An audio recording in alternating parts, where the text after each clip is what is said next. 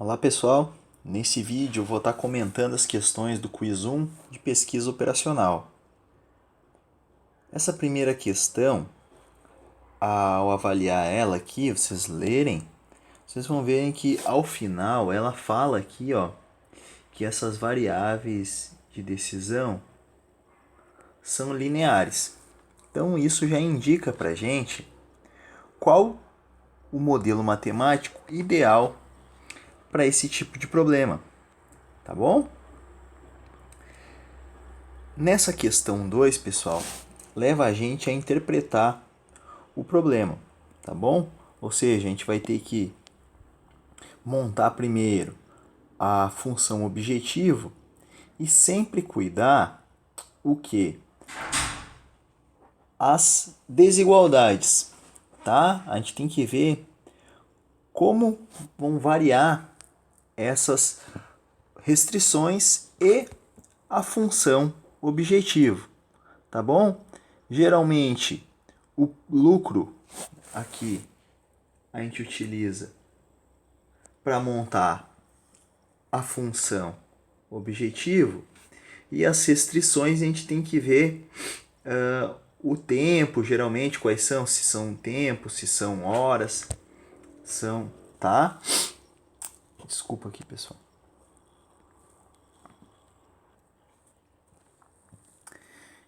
Então, pessoal, conforme eu estava dizendo para vocês, esse modelo de produção com o objetivo de maximizar o lucro, ele deve apresentar a seguinte forma, né? Ele tem que ter as variáveis de decisão, nesse caso para a gente vai chamar de x1 e x2, tá? x1 vai ser a unidade de produção do produto P1 e x2 as unidades de produção do produto P2, tá? A função objetiva vai ser mais fácil de fazer, porque conforme eu disse, a gente só vai considerar o lucro lá por unidade. Então a gente vai usar o 1.200 e o 1.500. Notem que praticamente todas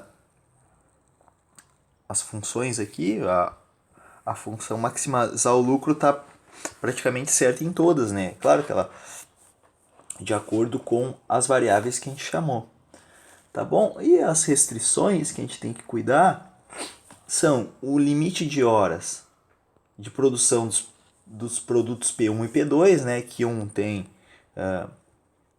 20 horas para um e de 30 horas para outro, tá?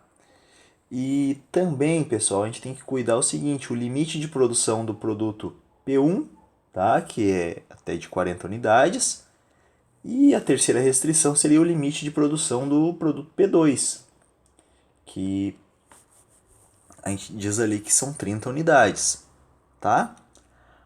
E além disso, pessoal, não pode se esquecer que como esses produtos, digamos assim, a gente não tem números negativos, né? Os produtos são sempre quantidades e números inteiros, portanto, positivos, né? Os números naturais, podemos dizer assim, nem os inteiros, que os inteiros têm os números negativos. Então, a gente tem que considerar que esses números eles têm que ser positivos, tá bom? Então, tem uma quarta restrição. x1 e x2, eles têm que ser positivos, tá bom? Vamos para a terceira questão.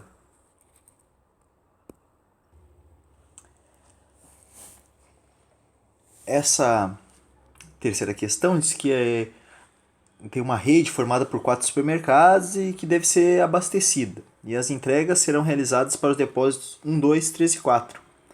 As frutas podem ser abastecidas em 3 fornecedores, 1, 2 ou 3, cujas distâncias entre eles e os depósitos são conhecidas.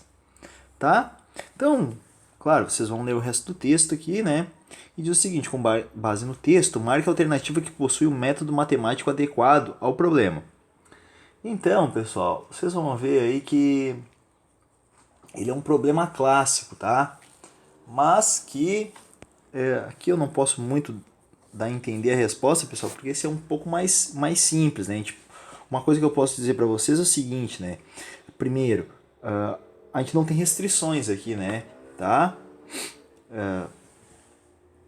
Claro que vão ter as restrições do volume, digamos assim, do caminhão, mas que eu digo assim, ó, não apresenta aqui os produtos, não apresenta as quantidades, portanto a gente não vai conseguir montar, digamos assim, nenhuma função objetivo, né, para maximizar ou minimizar, e também a gente não vai ter as quantidades dos produtos. Então, já começa a gente desconfiar aqui quais seria a resposta correta. Tá bom, pessoal? Eu recomendo vocês olharem no material e se tiverem um tempo a mais também, vocês podem digitar cada um desses aqui no Google, né, que a gente sempre consegue ter mais informação. Eu sei que vocês podem ficar pensando, não, mas a gente já, digamos, paga a faculdade para ter todas as informações, mas geralmente não é assim, né, pessoal? A gente não, mesmo que a gente esteja na melhor faculdade do mundo, a gente sempre tem que buscar novas informações ou outra visão de outro autor, né? Então, há várias formas. Tá? Claro que lendo o material vocês já conseguem observar qual é o tipo de problema. Mas só uma dica, né? Às vezes a gente está em dúvida entre um e outro, é bom a gente pesquisar. A gente consegue achar bem fácil, tá bom? Mas acredito que isso daqui só no material, só vocês lendo já conseguem identificar, tá bom? Vamos para essa questão 4 aqui. Bom, essa é uma questão bastante grande, digamos assim, para a gente ler aqui, tá bom? Eu vou praticamente só falar um pouco sobre ela. Então, assim, pessoal, após vocês lerem o texto todo aqui, vocês vão olhar as afirmativas, tá? As definições que diz ali, número 1, 2 e 3, tá? E a definição 1, a gente pode ver que a APO, né, ela é um modelo, né, os autores terem construído nessa definição 1, um modelo de pesquisa operacional. E ele pode ser resolvido através dos métodos de pesquisa operacional, né? Então, mais ou menos aqui, a gente já tem uma noção se a definição essa está certa ou está errada. Nota que na definição 2, a gente sabe que a PO ela deve ser utilizada para resolver problemas com recursos escassos, tá bom, pessoal? Então, vocês têm que ter um certo cuidado nessa segunda definição, tá bom? E na terceira, a gente pode constatar, né, que pelo fato da PO, né, a pesquisa operacional, né, ser utilizada para resolver problemas de tomada de decisão, essa terceira definição ela pode estar assim, de acordo com o que a gente quer. Tá bom, pessoal? Eu não vou falar muito para não dar a resposta para vocês, tá? Mas tentar ajudar sempre. Vamos ver essa quinta questão. Nessa quinta questão, o que a gente tem que ter o cuidado, pessoal? É o seguinte, daquela mesma forma que a gente já fez um outro problema, a gente sabe que o modelo de sistema de produção, com o objetivo de maximizar o lucro, ele deve apresentar aquela forma que eu já mostrei, que são o seguinte, tem que ter as variáveis de decisão, que nesse caso a gente pode chamar de x1 a área do plantio do trigo, tá? Por hectare, de x2 a área de plantio da soja. Só vou escrever aqui para também vocês entenderem. Só que eu vou botar abreviado, tá? Ó, x1 vai ser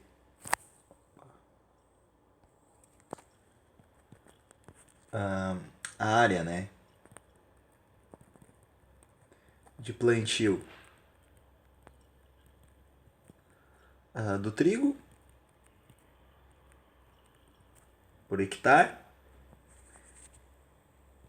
x2 a área de plantio da soja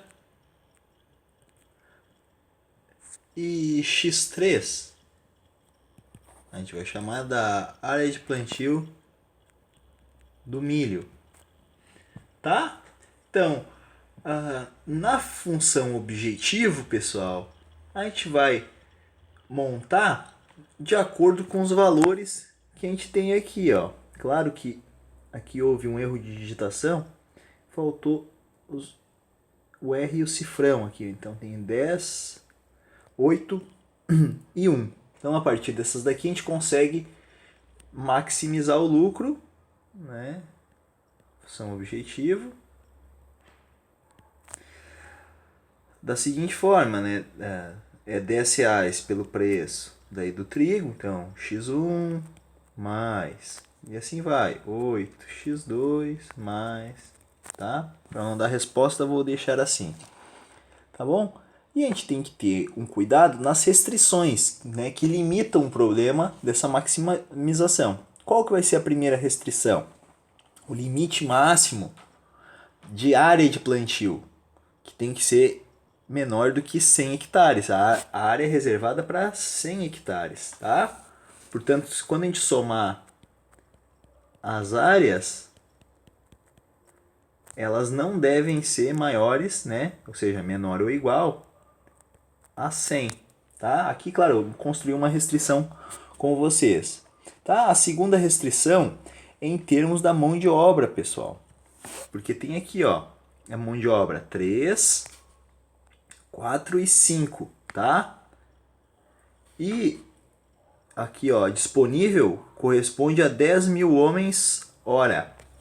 Então, ou seja, 3 a cada área de plantio do trigo, mais 4 área de plantio da soja, mais 5 área de plantio do milho.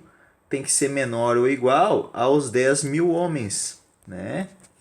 Tá bom?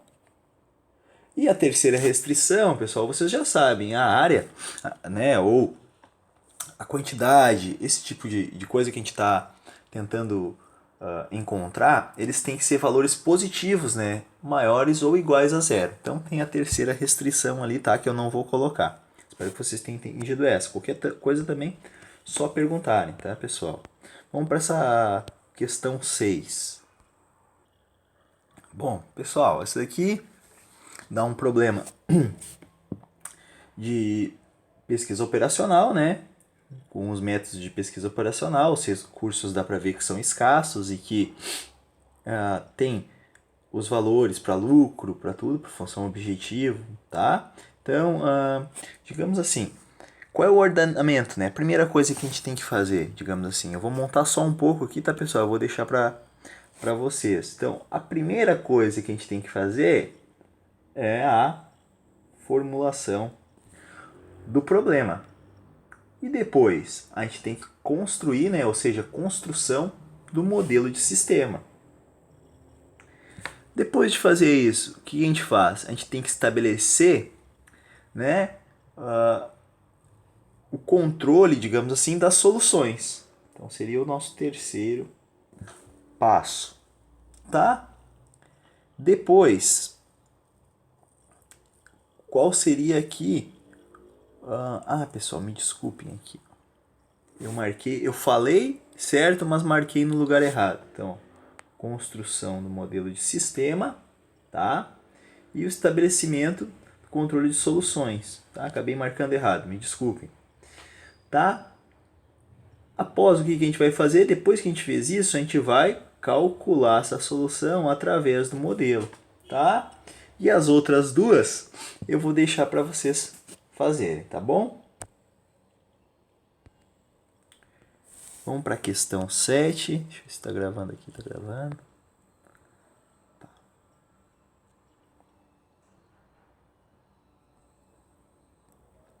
Bom, pessoal, essa daqui, na verdade, é só a sequência ideal, né, das fases de modelo de pesquisa operacional. Formulação, construção do modelo e das restrições, né, o método matemático, solução ótima de testes de soluções, tá? Então a gente tem que ver se está nessa ordem, tá bom? Buscar a ordem correta. Claro que a gente já fez isso em alguns outros exercícios. Praticamente esse exercício é muito parecido com os outros, tá bom? Por isso eu nem vou me deter muito tempo nesse daqui. Tá? Vamos ver a questão 8. Bom, pessoal, nessa questão aqui, o que é importante da gente lembrar? Lá das matrizes e determinantes, quando a gente tem uma tabela, a gente tem as linhas e as colunas. Por exemplo, essa daqui vamos chamar de coluna 1, coluna 2, coluna 3 e a coluna 4, né? Coluna porque está nessa ordem aqui, ó, né? Tá na vertical, a gente pode dizer assim. E aqui a gente tem as linhas, ó. Linha 1, linha 2 e linha 3, tá? E cada membro, digamos assim, cada elemento de uma tabela, a gente pode chamar assim, ó. Claro, quando a gente estuda matrizes e determinantes, a gente chama de A e J, onde I é a linha e J é a coluna. Então, por exemplo, A11 é o elemento que está na primeira linha, primeira coluna. Então, por exemplo, seria o 30 aqui, tá? O nosso A11. Tá bom? Ó, A32. Ele tá na terceira linha, tá aqui, e na segunda coluna. Então é o 15. Tá? Por que eu tô falando isso, pessoal? Porque aqui, ó, o autor, né? Ele, na hora de fazer o problema, ele fez utilizando conceito de tabela, tá? De matrizes determinantes. Ele está usando, ó, x11, x21, x31, tá? Tudo bem, a gente pode fazer dessa maneira, tá bom? Claro que, digamos assim, lá no material ele não apresenta, né, pessoal, dessa maneira, e depois ele cobra no problema. Tudo bem, eu concordo com vocês. Mas, agora eu tô aqui para fazer o vídeo, conseguir explicar um pouco melhor para vocês desenvolverem essas questões, tá? Então, vocês vão chamar de x, por exemplo, ó, x11, ou na verdade não é o 11, né, pessoal? É x11, porque está na primeira linha e primeira coluna. Então, isso vai ser o número de voltas do fornecedor 1, vamos botar F1, e depósito 1, tá? Ou seja, aquele conceito que eu falei para vocês de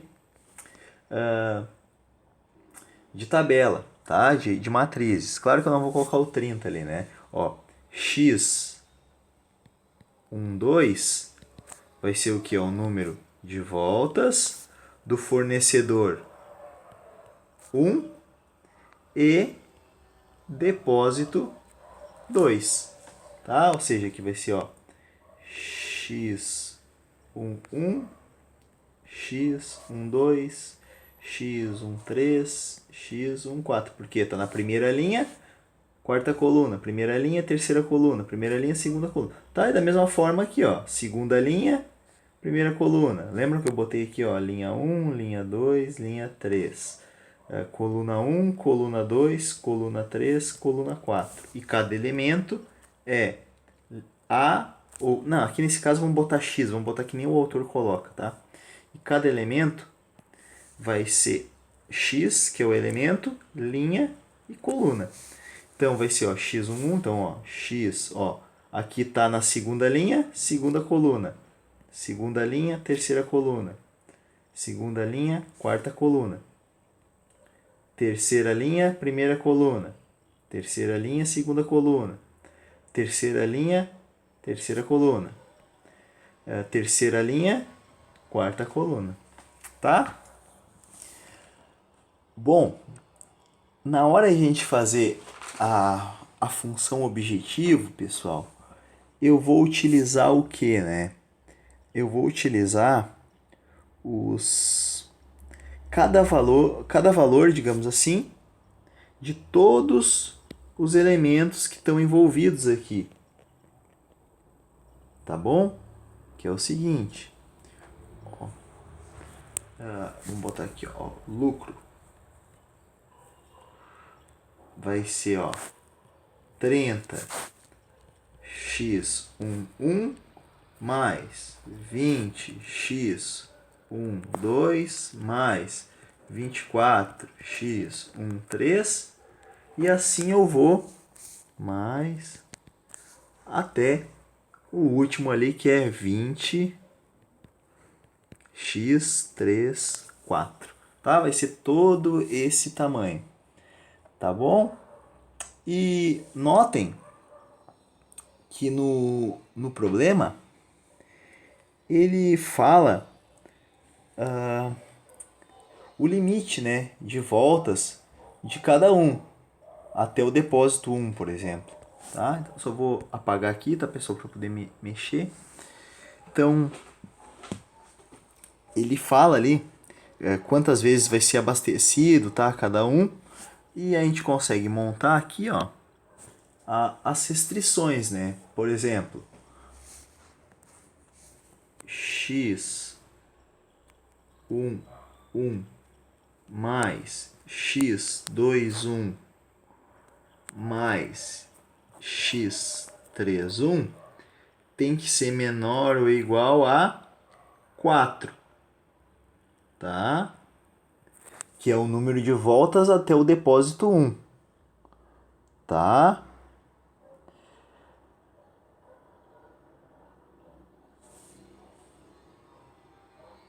Depois, qual é o outro aqui, ó? X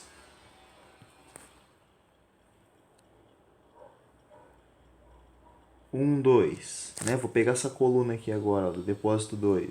As restrições em relação às voltas ao depósito, né? x12 mais x22 mais x32 tem que ser menor ou igual a 6, tá? Que é o número de voltas até o depósito 2. E da coluna 3 agora, depósito 3, ó. Vai ser o que, ó? x13 mais x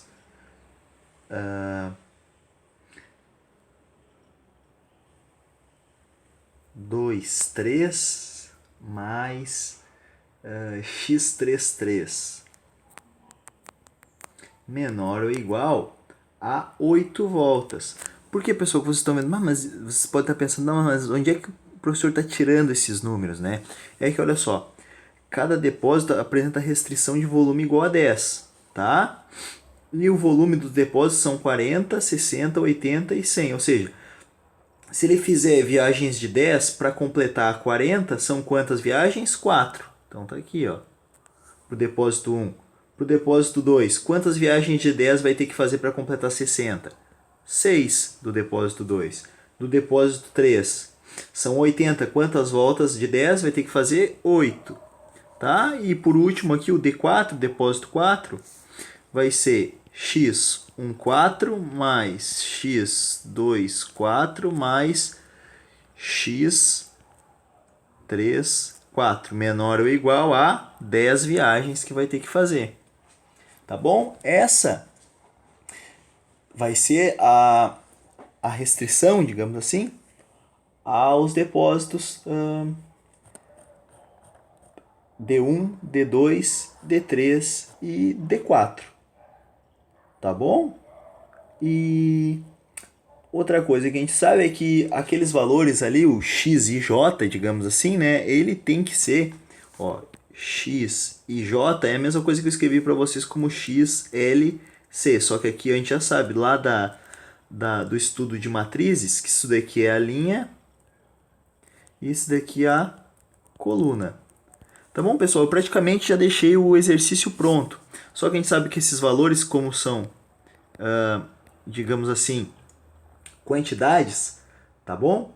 Eu vou dizer que isso daqui ele tem que ser maior que zero, né? Com certeza. E que o i ele vai do número 1 ao número 3, ou seja, eu posso botar assim 1, 2, 3. E o j, que é a coluna, são quantas colunas? 1, 2, 3 e 4. Tá bom, pessoal? Espero ter ajudado nessa questão. Vamos para outra. Ah, não, aqui já tá feito, né? São só 8 questões. Então tá. Até o próximo vídeo, pessoal.